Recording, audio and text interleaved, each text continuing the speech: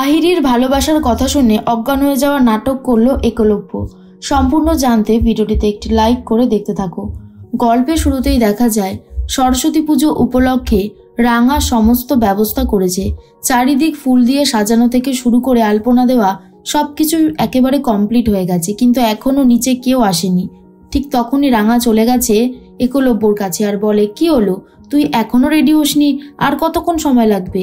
একলব্য বলে, আর কি করে রেডি হব, এই দেখো না আমার পাঞ্জাবির বোতামটা ছিঁড়ে গেছে।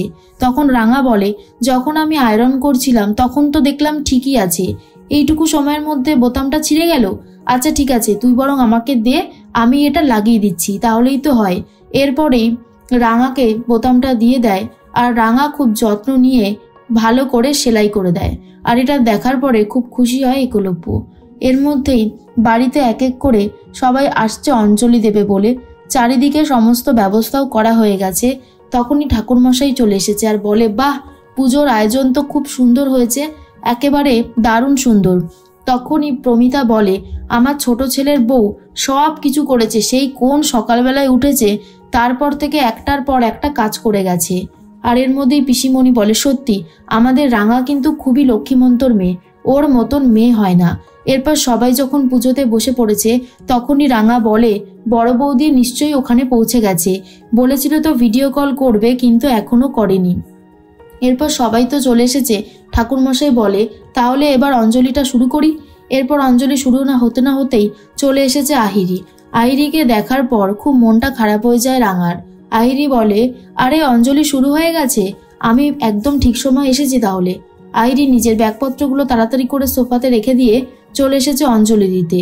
রাঙা তো বসেছিল একলব্যর পাশে, একলব্যর পাশ থেকে রাঙাকে সরিয়ে দিয়ে মাঝখানে ঢুকে পড়ে আহিরি। এরপর ঠাকুরমশাই বলে, তাহলে এবার অঞ্জলি শুরু করি।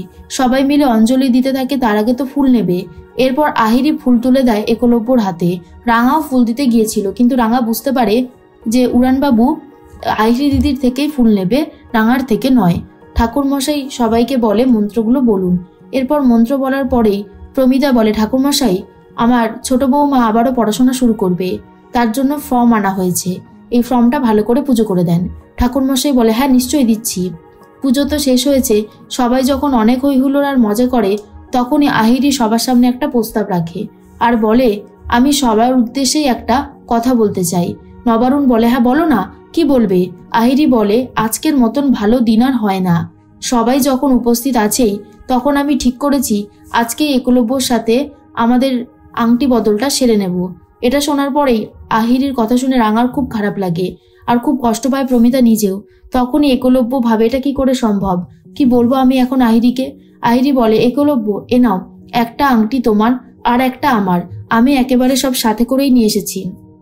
রাঙা বলে, উড়ানবাবু, আজকেই সুযোগ, তুই তোর ভালোবাসার মানুষকে সারা জীবন আগলে রাখিস। এরপরেই রাঙামতির কথা শুনে একলব্য নিজেরও খুব খারাপ লাগে। একলব্য কি করবে বুঝে উঠতে পারছে না। একদিকে আহিরি আর একদিকে রয়েছে রাঙা, দুজনের মধ্যে কাকে বেছে নেবে সেটাই বুঝতে পারেনি। তাই এইসবের হাত থেকে বাঁচার জন্য রীতিমতো অজ্ঞান হয়ে যাওয়া নাটক করতে থাকে উড়ানবাবু। আর এটা দেখার পরে রাঙা বলে, উড়ানবাবু তোর কি হলো? একলব্য তো অজ্ঞান হয়ে গেছে, যা দেখে আহিরি নিজেও অবাক হয়ে যায় আর বলে, হুট করে কি হলো? সবাই বলে, আসলে উপোস রয়েছে তো, তাই হয়তো কিছু হয়েছে, এক্ষুনি সবাই মিলে এক কাজ করো, জল নিয়ে এসো। তখনই রাঙা চলে যায় জল আনতে। জলে ছিটে দিতেই একলব্যর জ্ঞান তো ফিরে আসছে আর একলব্য ভাবে, এবার আমি আহিরিকে কি উত্তরটা দেবো। আর রাঙারও খুব খারাপ লাগে যে রাঙার সামনে আহিরি একলব্যকে ভালোবাসার কথা বলে।